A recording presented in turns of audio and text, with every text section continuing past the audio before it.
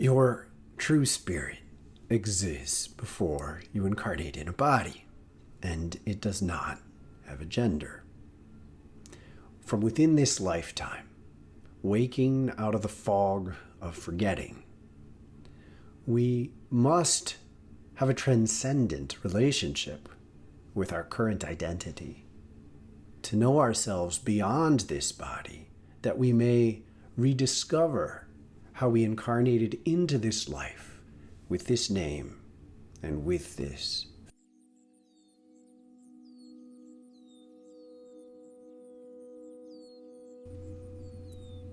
You need to understand something that you may well be entirely out of relationship to.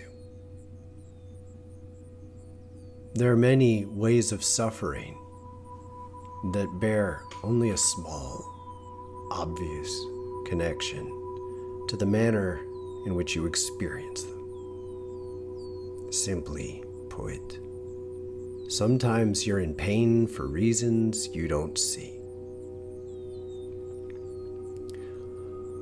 When any plan is made to create space for a new form of life, there are a wide range of choices that can be made.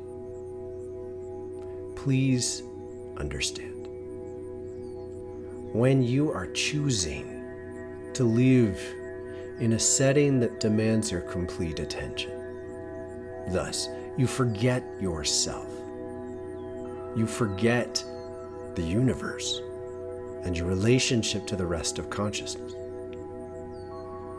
This is a clear and strong choice. It is not always the case. There are many ways to exist that are both new and maintain a continuity to your awareness of the rest of the universe. The experience of forgetting is dependent on entering a vibrational state where it is possible to forget. The underpinnings of this possibility involve creating vibrational ranges that are not in direct harmony with the rest of the universe. This functions in two ways, and usually both of them are present. One, you are literally occupying vibrations and cycles that are not occupied by other beings within any proximity that would influence you. Thus, you prioritize rhythms that enable you to remain focused where you are, and you are able to exist in something that feels like silence to you. The other part of this is that you are buffered.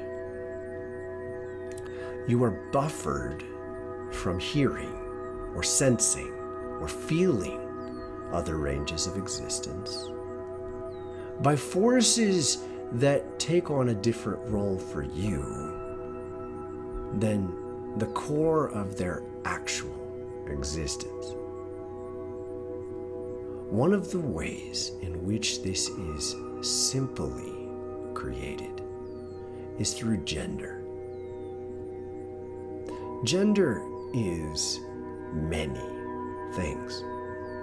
Much of what you experience gender to be is not intrinsic. It's not latent in any element of existence. The one dynamic that could be understood to be consistent is assertiveness or receptiveness. Around assertiveness and receptiveness, other layers of being are crafted, and they can take on many different forms. But the important characteristic is this: you are beginning with a core vibration that is out of harmony with the rest of existence. You are then separating that vibration in one form or several forms at the same time. Thus, two forces spin in counter-rotating fields, one clockwise, one counterclockwise. The nature of their spin is in direct proportion to the initial vibration from which they began. So not only are you occupying an alternate vibration that is out of harmony with the rest of the universe, you are then separating and bending away from this vibration. The important factor is that each counter-rotating field exists in direct relationship to the other. Thus, you could create speeds of rotation as long as you change both of them, and they would resolve to bring you back to the initial vibration. This is the foundation of energetic gender. When we occupy this vibration, we are making a choice to anchor a new field of reality that will be created between these two-dimensional rotations. I assert to you that they are dimensional because we essentially gain the opportunity to craft our own dimension. It's necessary for you to think of it this way, specifically because the foundations of this space are created from the beginning in a way that enables them to destroy themselves. This matters because it is an extreme choice to occupy a space that is out of harmony with the universe. When we do so, it is necessary to create the way back from the beginning. The resolution is simple.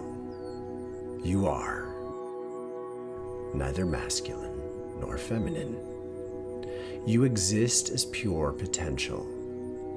You are not simply the integration of masculine and feminine. You are the predecessor.